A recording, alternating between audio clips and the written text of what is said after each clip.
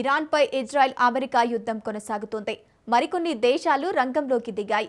యుఎస్తో పాటు యుద్ధంలోకి Germany, France, Britain, లెబనాన్లో 50 గ్రామాలు ఖాళీ చేయాలని ఇజ్రాయెల్ తెలిపింది. హెజ్బొల్లా స్థావరాలపై ఇజ్రాయెల్ దాడులకు పాల్పడింది. తమ బేస్లను అమెరికా వాడుకోవచ్చని బ్రిటన్ తెలిపింది.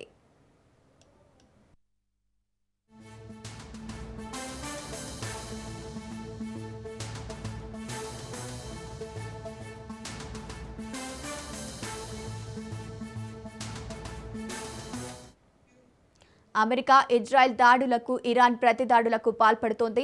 పశ్చిమాసియాలోని అమెరికా స్థావరాలపై ఇరాన్ దాడి చేసింది. యుఏఈపై 541 డ్రోన్లు, 165 క్షిపణులు ప్రయోగించగా 506 డ్రోన్లు, 152 క్షిపణులు యుఏఈ కూల్చివేసింది. యుఏఈలోని అమెజాన్ డేటా సెంటర్పై ఇరాన్ దాడులకు పాల్పడింది. కువైట్పై ఇరాను 97 క్షిపణులు, 283 డ్రోన్లు ప్రయోగించగా ఒకరు మృతి చెందారు. 30 మందికి గాయాలయ్యాయి.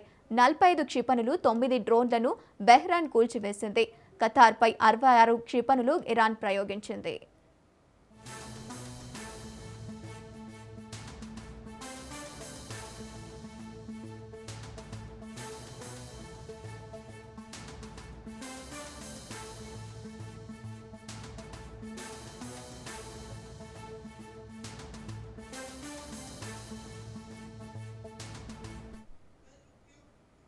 రైట్, ఇక ఇరాన్ దాడులకు పాల్పడుతోంది. అమెరికా దాడులు చేసిన దాంతో ఇదే అంశానికి సంబంధించి పూర్తి అప్డేట్స్ మా ప్రతినిధి సైదులు అందిస్తారు. సైదులు. గంగోత్రి, ఇరాన్ పై ఇజ్రాయెల్ అమెరికా యుద్ధం కొనసాగుతూనే ఉంది. నిన్న రాత్రి పెద్ద ఎత్తున మిసైల్స్ ను ఉపయోగించినట్టు కూడా తెలుస్తుంది. అక్కడక్కడ కొంత ఇరాన్ పైన చేసినటువంటి దాడి ఏదైతే ఉందో ఆ దాడిలో భాగంగా ఇరాన్ కొన్ని ముఖ్యమైన స్థావరాలను కోల్పోయినట్లు కూడా మనకైతే వార్తలు వస్తున్నాయి. రంగంలోకి మరికొన్ని దేశాలు కూడా దిగాయని కూడా వార్తలు వస్తున్నాయి.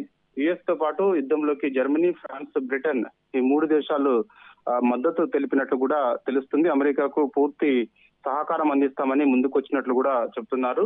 సో ఇక ఎయిర్ బేసుల్ని, మా యొక్క ఎయిర్ బేసుల్ని జర్మనీ, ఫ్రాన్స్, బ్రిటన్ ఎయిర్ బేసుల్ని వినియోగించుకోండి అని చెప్పేసి అమెరికాకు చెప్పినట్లు కూడా తెలుస్తుంది. సో ఇక యుద్ధం మరింత ఎక్కువయ్యే అవకాశం ఉంటున్నట్లు కూడా మనకి ప్రపంచవ్యాప్తంగా వార్తలు అయితే వినిపిస్తున్నటువంటి పరిస్థితి కనిపిస్తుంది.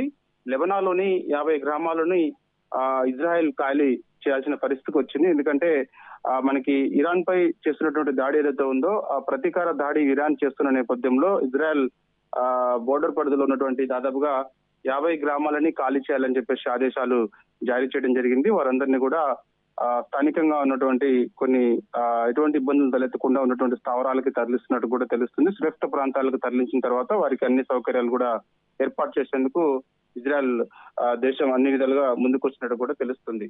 ఇక బ్రిటన్ సహాయం సంబంధించి చూస్తే మాత్రం బ్రిటన్ కూడా తమ యొక్క ఎయిర్ బేస్ స్థావరాలను వినియోగించుకోండి అని చెప్పేసి కూడా ఇజ్రాయెల్ కి పూర్తి సహకారం అందిస్తామని చెప్పినట్టు కూడా తెలుస్తుంది. సో ఇక బ్రిటన్ సహకారంతో ఇజ్రాయెల్ మరింత దూకుడు పెంచే అవకాశం ఉంది.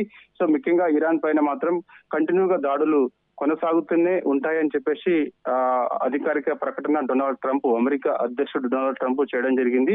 కాబట్టి ఇరాన్ లో మాత్రం ప్రస్తుత పరిస్థితి ఇంకా టెన్షన్ వాతావరణం నెలకొనే ఉంది. ఎందుకంటే ఇరాన్ సుప్రీం లీడర్ ఖమేనీ మృతి తర్వాత అక్కడ జరుగుతున్న పరిణామాలు రోజు రోజుకి మారిపోతూ ఉన్నాయి. ఎందుకంటే నెక్స్ట్ సుప్రీం లీడర్ ఎవరు అనే దానిపైన కూడా సందిగ్ధత నెలకొనుంది. సో ఇక నెక్స్ట్ సుప్రీం లీడర్ ఎన్నుకున్న తర్వాత వెంటనే చర్చలకు మేము సిద్ధంగా ఉన్నామని అమెరికా అధ్యక్షుడు డొనాల్డ్ ట్రంప్ ప్రకటన చేశారు. సో అమెరికా అధ్యక్షుడు డొనాల్డ్ ట్రంప్ ప్రకటనని వాళ్ళు స్వీకరిస్తారా లేదా అనేది కూడా మనకి తర్వాత తెలిసే అవకాశం ఉంది. చర్చలకు వస్తారా లేదంటే యుద్ధం అలానే కొనసాగే అవకాశం ఉంటుందా అనేది కూడా మనకి తెలిసే అవకాశం ఉంది. ఈ విషయం పైన అమెరికా ఐక్యరాజ్య సమితి ప్రధాన కార్యదర్శి ఆంటోనియో గుటెరస్ ఆయన జోక్యం చేసుకోవడం జరిగింది. తక్షణమే యుద్ధాన్ని అన్ని దేశాలు కూడా ఆపేయాలని చెప్పేసి కూడా ఆయన ఒక ప్రకటన విడుదల చేశారు. సో ఇక శాంతియుతంగా ఏదైనా ఉంటే మాట్లాడుకోవాలి తప్ప ఇలాంటి యుద్ధం వల్ల సామాన్య పౌరులు కి ఇబ్బందులు తలెత్తుతాయని చెప్పేసి కూడా ఐక్యరాజ్య సమితి జోక్యం చేసుకున్నట్లు కూడా తెలుస్తుంది. కాబట్టి మనకి అమెరికా అధ్యక్షుడు డొనాల్డ్ ట్రంప్ చేసినటువంటి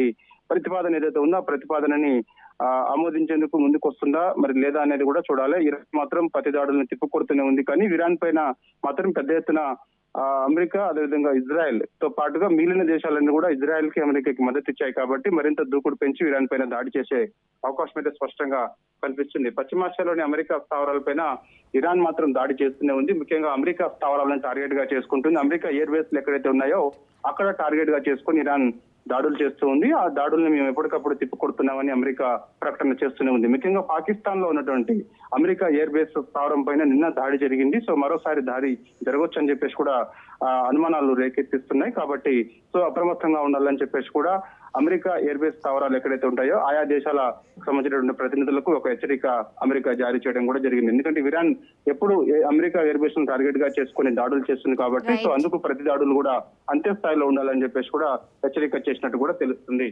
ముఖ్యంగా ఈ 541 డ్రోన్లు ఉపయోగించినట్టు కూడా మనకి సమాచారం అందుతుంది. 105 క్షిపణులు ప్రయోగం చేసినట్టు కూడా తెలుస్తుంది. అదేవిధంగా 506 డ్రోన్లు 152 క్షిపణులను కూల్చేసిన యుఏఈ. సో ఇక ఇరాన్ ప్రతి దాడిని కూడా మేము తిప్పికొడుతున్నామని చెప్పేసి కూడా యుఏఈ ప్రకటన చేసింది. ముఖ్యంగా 541 డ్రోన్లు ఉపయోగించారు. సో ఆ డ్రోన్లన్నీ కూడా మేము ఎప్పటికప్పుడు తిప్పికొట్టామని చెప్పేసి కూడా చెప్తున్నటువంటి పరిస్థితి కనిపిస్తుంది. యుఏఈలోని అమెజాన్ డేటా సెంటర్ పై ఇరాన్ దాడి చేసింది. ముఖ్యంగా ఆ డేటా సెంటర్ కొంత దెబ్బతిన్నట్లు కూడా మనకి వార్తలు వచ్చాయి. ముఖ్యంగా టార్గెట్ గా చేసుకుని మాత్రమే అమెజాన్ డేటా సెంటర్ పైన దాడి చేసినట్టు కూడా మనకి ప్రకటన ఇరాన్ నుంచి విడుదల కావడం జరిగింది. యుఏలోని అమెజాన్ డేటాతో పాటుగా కువైట్ పై ఇరాన్ 97 క్షిపణులు అదేవిధంగా 283 డ్రోన్ల ప్రయోగం చేసింది. ముఖ్యంగా కువైట్ లో ఉన్నటువంటి అమెరికా ఎయిర్ బేస్ స్థావరాన్ని టార్గెట్ చేసుకొని ఈ దాడి చేసే సమయంలో అక్కడక్కడ కొంత పాక్షికంగా దెబ్బతిన్నట్లు కూడా చెప్తున్నారు. సో ముఖ్యంగా భారతీయ పౌరులకు సంబంధించి అప్రమత్తంగా ఉండాలని భారత విదేశాంగ శాఖ ఎప్పటికప్పుడు అప్రమత్తం చేస్తూ వస్తుంది. సో అత్యవసరమైతే తప్ప ఎవరు కూడా బయటికి రావద్దని చెప్పేసి కూడా ప్రకటన చేస్తూ ఉన్నారు. ఆయా దేశాలతోటి విదేశాంగ శాఖలతోటి ఎప్పటికప్పుడు భారత్ మాట్లాడుతూనే వస్తుంది. సో అత్యవసరమైతే వెంటనే ప్రత్యేక విమానాల ద్వారా భారత్ కు తరలించేందుకు సిద్ధంగా ఉన్నామని చెప్పేసి కూడా భారత విదేశాంగ శాఖ ప్రకటన విడుదల చేసింది. సో అదేవిధంగా ఆయా రాష్ట్రాలు మన దేశంలో ఉన్నటువంటి రాష్ట్రాలకు సంబంధించినటువంటి ముఖ్యమంత్రులు సో ఆయా రాష్ట్రాల ప్రజలు ఏ దేశాల్లో ఉన్నారు అక్కడ ప్రస్తుత పరిస్థితి ఏ విధంగా ఉన్న దానిపైన భారత విదేశాంగ శాఖతోటి ఎప్పటికప్పుడు మాట్లాడుతూ సమాచారాన్ని తెలుసుకుంటూ అదేవిధంగా మన రాష్ట్రాలకు సంబంధించినటువంటి వారి సిబ్బంది సంబంధించి సో వెంటనే మన యొక్క భారత విదేశాంగ శాఖకి సమాచారం ఇస్తూ వారి యొక్క పరిస్థితిని ఎప్పటికప్పుడు అంచనా వేస్తూ సమాచారం వాళ్ళు సురక్షితంగా ఉన్నారా లేదనేది కూడా తెలుసుకునే ప్రయత్నం చేస్తూ ఉన్నారు. సో కువైట్ పైన జరిగినటువంటి దాడిలో భాగంగా ఇరాన్ చేసినటువంటి దాడిలో భాగంగా కువైట్ లో ఒకరు మృతి చెందినట్లు కూడా వార్తలు వచ్చాయి. 30 మందికి పైగా గాయాలైనట్లు కూడా అధికారిక ప్రకటన విడుదలైంది. 45 క్షిపణులు 9 డ్రోన్లు బహ్రెయిన్ కూల్చేసినట్టు కూడా చెప్తున్నారు. కాబట్టి ఇంకా దాడులు మరింత ఏగవంతమయ్యే అవకాశం ఉన్న నేపథ్యంలో అప్రమత్తంగా ఉండాలని చెప్పేసి కూడా ఎప్పటికప్పుడు ఆదేశాలు ఉంటున్నాయి. ఖతార్ పైన 66 క్షిపణులు ఇరాన్ ప్రయోగించింది. ఖతార్ లో ఉన్నటువంటి అమెరికా ఎయిర్ బేస్ స్థావరాన్ని టార్గెట్ గా చేసుకొని అదేవిధంగా ఇజ్రాయెల్ ఎయిర్ బేస్ స్థావరాన్ని టార్గెట్ గా చేసుకొని ఈ యొక్క దాడులు చేస్తున్నట్టు కూడా చెప్తున్నారు. కాబట్టి ఎట్టి పరిస్థితుల్లో కూడా చర్చలకు మేము అంగీకారం తెలిపేది లేదని చెప్పేసి చెప్తున్నట్టు కూడా తెలుస్తుంది. Right, thank you Saidulu.